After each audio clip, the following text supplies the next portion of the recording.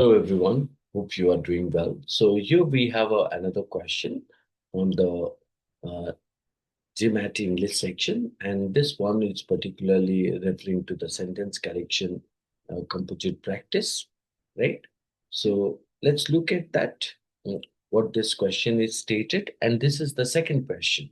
We have already discussed the first one. So, but before we jump to the question and discuss the question's answer, I would suggest you guys to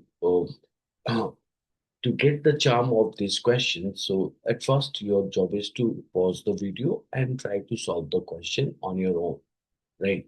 Because that will help you your understanding as well as the interest that you draw from the questions or solving the question, isn't it? So, and if you find out any kind of a mistake occurred, then you can jump to the means answer or you watch the complete video, right? But at first, your job is to try to solve the question on your own. Fine. Let's look at the question. So this is the second question, and the direction is very simple. The direction stated that what? The direction stated that means there are five questions, and this is the second question. So the direction remains same. It says that each of the questions presents a sentence, and part of the sentence is underlined. Beneath the sentence, there are five different versions of the underlined part. The first option remains same as the original. The other four are different. What we need to do, we need to select the answer that produces the best uh, choice. So, which is grammatically, logically, and stylistically correct, clear, and concise. Fine. Let's look at the statement. The statement stated Drucker declared that managing by objectives worked not because it created alignment, but because it fostered clarity and purpose through goal setting. Fine. So you find out that the bold letter part of the sentence, which is underlined, contain errors. So uh, whether it contains errors or not, that we will discuss once we go from option A to E, isn't it? Now, as far as I have already told you, that the first option remains same. So the first option, which is stated, managing by objectives worked not because it created alignment, but because it fostered purpose through goal setting. Now, in that case, the first option gives the same idea, right? So it gives the or it retains the original meaning clearly.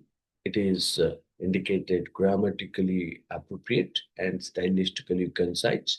It maintains the parallelism by stating not because, but because, and not because, but because, and it uses before the uh, clause called it created alignment, and the but because also begins with uh, clause, right? So, because when we talk about not only but also not for just for either or neither nor hardly when, so these are the pair conjunctions, and the rule stated that when we use these phrases, we generally look at that where the first word used and the second word used. So they should maintain the parallelism. Like if I use not only math but also English. So in that case, not only it's used before noun, then but also it's used before the noun. So if I say that not only intelligent but also smart, so it uses one uses before the adjective, the other also uses before the adjective. If it is stated that not only he uh, is a raucous, but also uh, he is malevolent in nature. Now, in that case, one is used before the sentence or a clause. The other one also uses before the clause, right? So that shows the parallelism. That shows the parallelism. We call it parallelism. Okay. So now in that case, option A is clear, concise, and stylistically appropriate. Now look at the other choices. Option B. Option B stated the region managing by objectives was successful was because.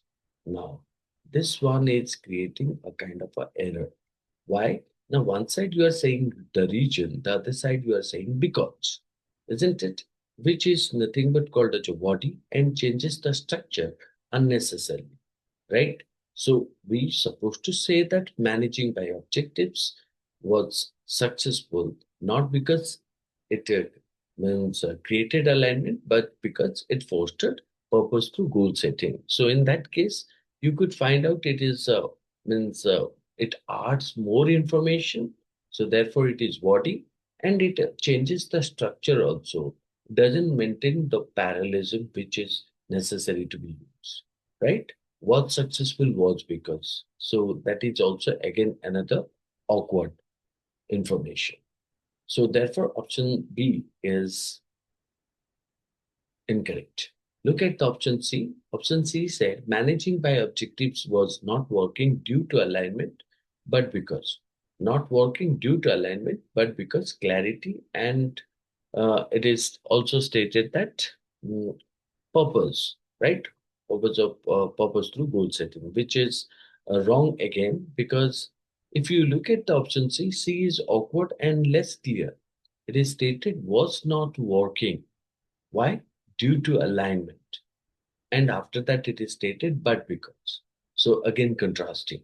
So which is nothing but a kind of a confusing. So it can be called as a awkward, less clear, and confusing information.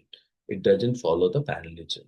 Option D stated objectives driven management function due to purpose and clarity and not because, right?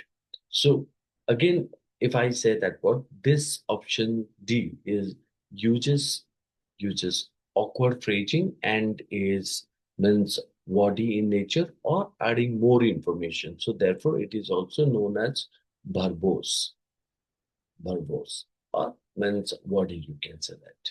Now, look at the last one. The last one stated that E, which is stated managing with objectives worked since it created clarity and purpose rather than it indicates about the means you would say slightly changes the meaning by implying what you can say that implying managing with objectives always creates clarity and purpose, which the original statement doesn't claim that, right?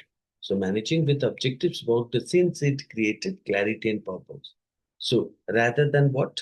Rather than simply creating alignment. So which is means completely you can say that disrupting the idea of the uh, sentence or sentence which is given above, right, in the main statement. So hence you can find out option A will be the most appropriate choice, which is maintaining parallelism